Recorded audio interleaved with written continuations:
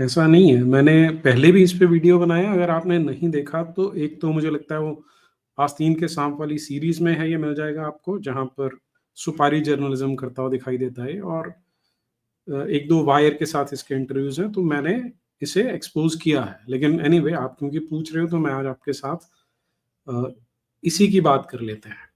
देखिए रवीश की ख़ासियत क्या है कि वो बहुत स्मार्टली काम करता है। अगर किसी को सीखना है कि कैसे आप एजेंडा पुश करें और लोगों को पता नहीं चले, तो मुझे लगता है रवीश कुमार एक आइडियल कैंडिडेट है, जिसकी लगभग एक कल्ट जैसी फॉलोइंग है।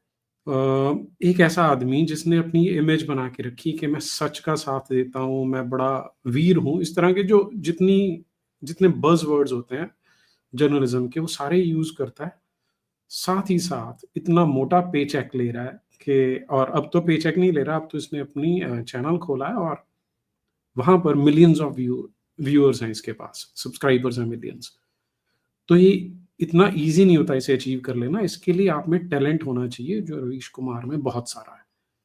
तो आज मैं आपको थोड़ा-सा बताने की कोशिश करता हूँ।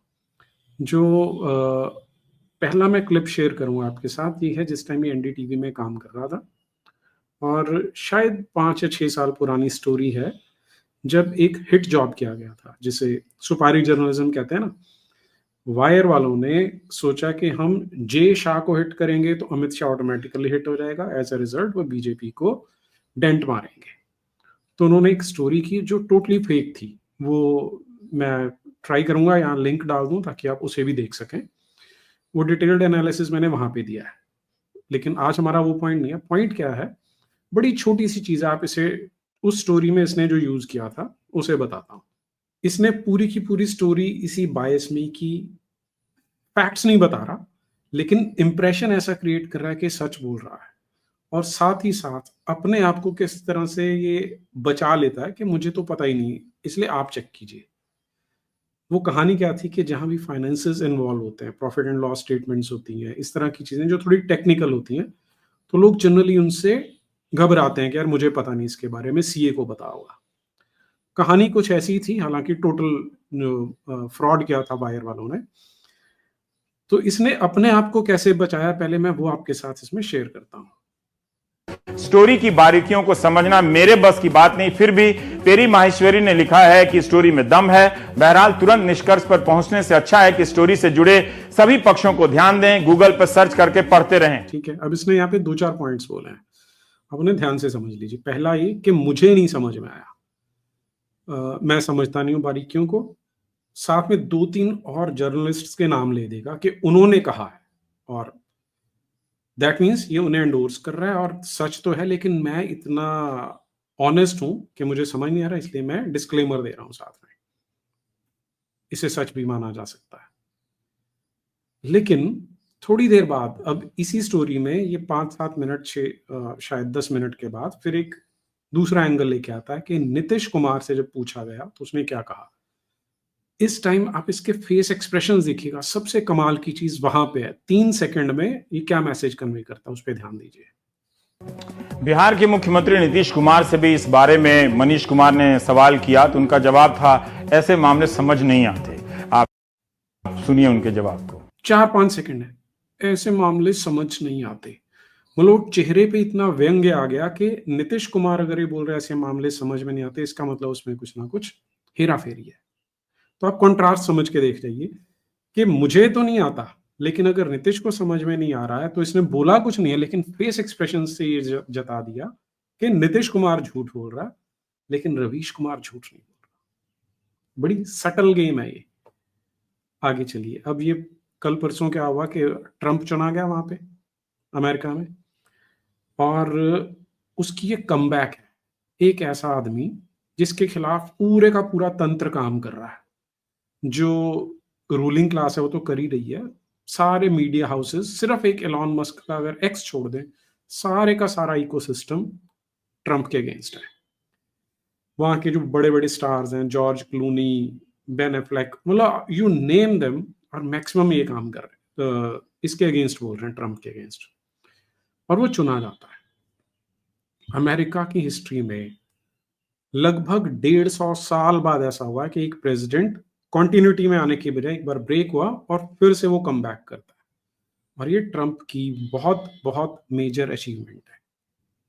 लेकिन वो रवीश कुमार को रास नहीं आ रही, या रवीश कुमार को रास शायद गलत है। जहां से जो इसके आका लोग हैं वो कौन से हैं, दो तीन तरह के हैं। एक तो जो इस्लामिस्ट हैं वो हैं, प्लस जो वोक लॉबी है वो है। ट्रंप इन दोनों के अगेंस्ट काम करने के पब्लिकली अनाउंस कर चुका है, इसलिए इसे सूट नहीं कर रहा।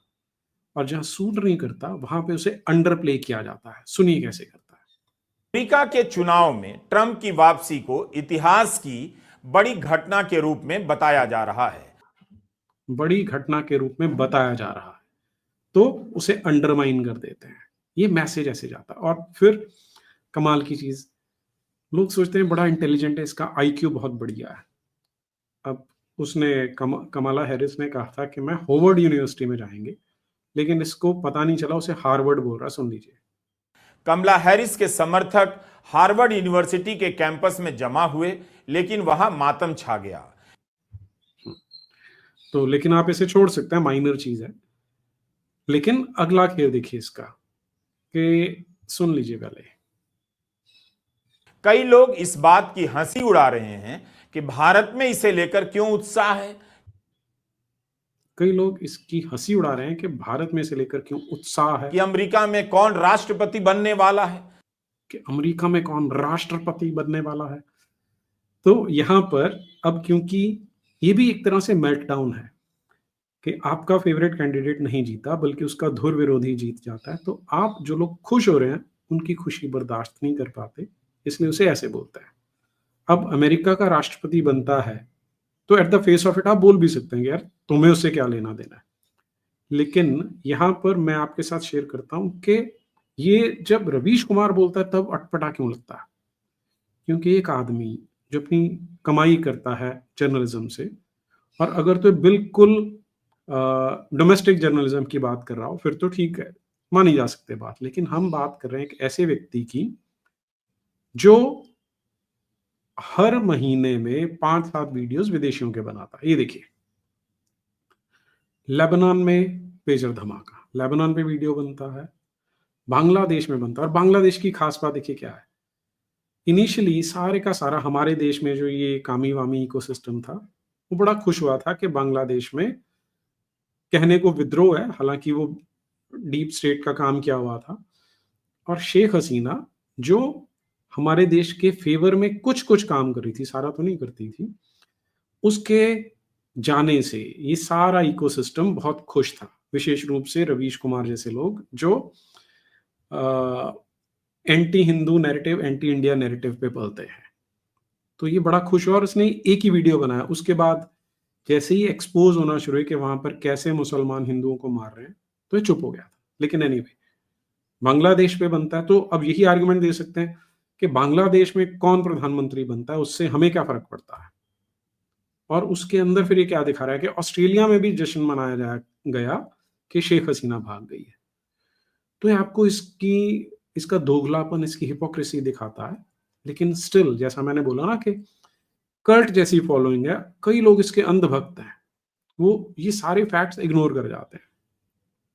लेबनान में कोई नहीं बचेगा, इजराइल क्या करेगा, इजराइल का हमला क्या करेगा ईरान, ईरान सिर्फ ही ईरान टाइटल है, ईरान की ललकार, लेबनान दूसरा, गजा, कौन रोक सका इजराइल को, गजा का 1 साल, ट्रंप, गजा और इंडिया। यानी अगर तो रवीश कुमार बनाए, उससे अपना ये धंधा चमकाए, तब तो बात ठीक है। लेकिन अगर भारत में आज लोग खुश हो रहे हैं तो उनका ये मजाक उड़ाने की कोशिश कर रहा है कि तुम क्यों खुश हो रहे हो भाई, अमेरिका में राष्ट्रपति बन रहा है तो। अमेरिका में इस बात को लेकर कई अध्ययन हुए हैं कि जब अखबार और चैनल किसी उम्मीदवार को एंडोर्स करता है, समर्थन करता है, तो क्या होता है। अध्ययन में पाया गया है कि उसकी हार या जीत पर कोई असर नहीं पड़ता। अगर हार या जीत पर कोई असर नहीं पड़ता तो फिर काहे गोदी मीडिया चिल्लाते हो भाई। हाँ, अगर असर पड़ता ही नहीं और जब इसे सूट करता है तो बोलेगा कि ये तो गोदी मीडिया का प्रभाव है कि मोदी को ज़्यादा वोट मिल रहे हैं। इसी जो जिस हिपोक्रेसी की मैं बात कर रहा था, ये है वो। आगे चलिए। अब यहाँ पर कहानी क्या है कि ये हिट जॉब कर रहा था, एक दूरदर्शन के पत्रकार हैं अशोक श्रीवास्तव, जो आजकल बड़ा खुल के बात करते हैं और वो जो कामी-वामियों को बहुत उधेड़ते हैं दूरदर्शन पे। आप देखेंगे तो मज़ा आएगा। वो है ऑनेस्ट जर्नलिज्म। आप देखिए आज के देश में, आज की डेट में सबसे खतरनाक ओपोनेंट कौन है? इस्लाम। आप उसके खिलाफ बोलेंगे, आपका सर काट देंगे, गोलियाँ मार देंगे। तो उसके खिलाफ अगर कोई बोल सकता है, तो वो जर्नलिज्म है, वो सच्चा करेजियस व्यक्ति है। और अशोक श्रीवास्तव कई बार मैंने उसे इस बात पे बोलते हुए देखा है। तो उससे उसका मज़ाक उड़ा रहा था और उस कॉन्टेक्स्ट में इसने एक जगह पे बोला है कि जो दूरदर्शन है, वो बीबीसी की तरह टैक्स के पैसे से चलता है। जबकि जो बीबीसी है, वो स्वयं ये बताता है कि वो एक लाइसेंस फी लेते हैं लोगों से। सुनिए ज़रा। भारत में दूरदर्शन भी जनता के पैसे से चलता है, जैसे बीबीसी ब्रिटिश जनता के टैक्स के पैसे से चलती है। सुना आपने? तो ये फैक्चुअल एरर्स हैं इसके, लेकिन ये इतने फ्लो में बोल जाता है कि लोग उसे कैच नहीं कर पाते। लेकिन ये बताता है कि कितना झूठ बोलता है और कितना फैक्चुअली इनकरेक्ट होता है। दोनों चीजें जो किसी अच्छे जर्नलिस्ट के लिए नहीं होती हैं। हाँ, और खास बात है इसका वोक एजेंडा जो ये पेडल करता है।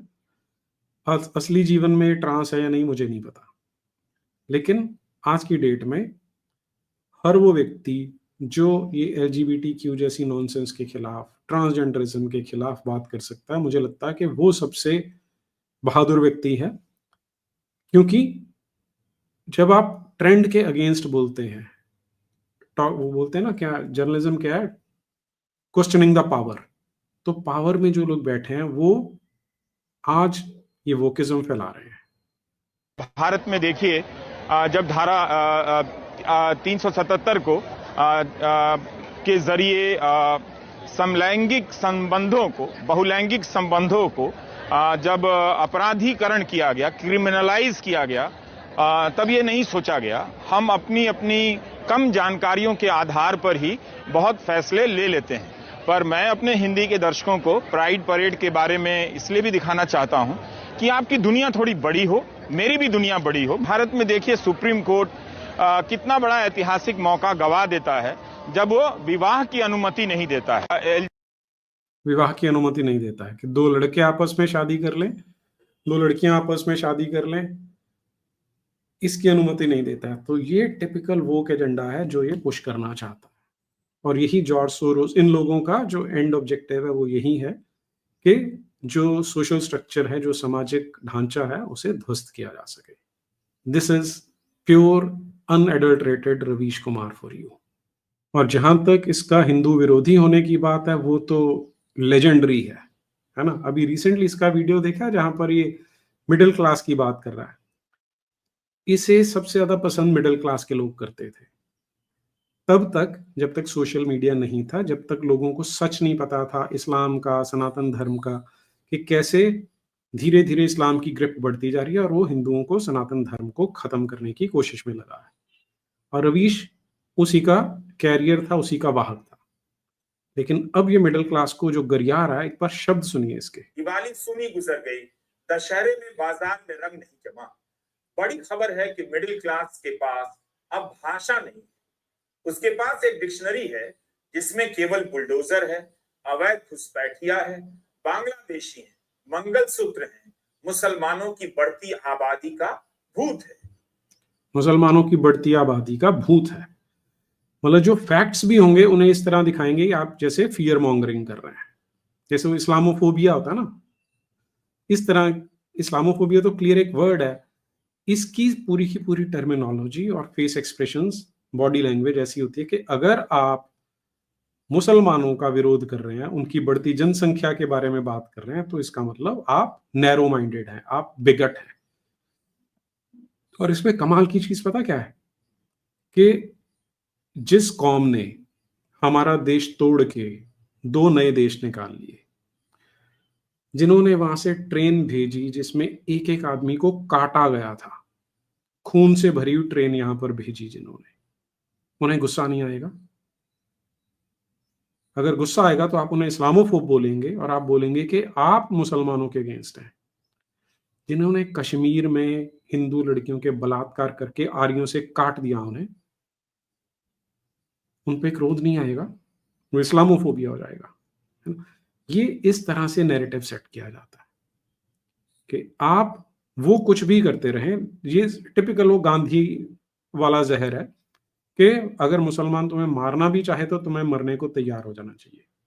ये वैसी स्पष्ट भाषा नहीं बोल रहा क्योंकि पता है पिट जाएगा, लेकिन ये ढके छिपे शब्दों में बात वही करता है कि तुम इस्लाम के बारे में गलत नहीं बोलो, और अगर मुसलमान कट्टरपंथी हो रहे हैं, वो तो कट्टरपंथी रहते ही हैं मैक्सिमम, तो अगर आप उनके बारे में बोलोगे तो ये आपको गिल्ट ट्रिप कराएगा, गिल्ट ट्रिप पे लेके जाएगा। मिडिल क्लास सिकुड़ता जा, आर्थिक रूप से और सामाजिक रूप से, राजनीतिक रूप से और सांस्कृतिक रूप से। हीरो के भाषण में इसका कोई जिक्र नहीं। आदिवासी समाज का दायरा सिकुड़ रहा है, यह सब भाषण में है। कोई बेटी छीन ले जाएगा, यह भाषा है मिडिल क्लास के सबसे बड़े हीरो का। जमान तो इस डिक्शनरी में अगर आप फैक्चुअली बात कर रहे हैं, वो लव जिहाद कर रहे हैं और आदिवासी क्षेत्रों में जाके वहां की लड़कियों को बहला फुसला के पटा के उनकी जमीनें ले रहे हैं, हर रोज ऐसे केसेस आ रहे हैं, लेकिन यहां आपको पूरे का पूरा निगेशन दिखाई देता है, नकारवाद है कि कभी भी ये व्यक्ति आपको दिखाई नहीं देगा कि एक्सक्लूसिवली कभी ये बता रहा हो कि मुसलमान कुछ गलतियां कर रहे हैं या इस्लाम में ये गंदगी है। तो ये आप अपना एक बना लीजिए कि किसी भी व्यक्ति को आपने पहचानना है कि वो कितना सच्चा है, तो जज कीजिए कि वो इस्लाम के बारे में सच्चाई बोलने का साहस रखता है या नहीं रखता।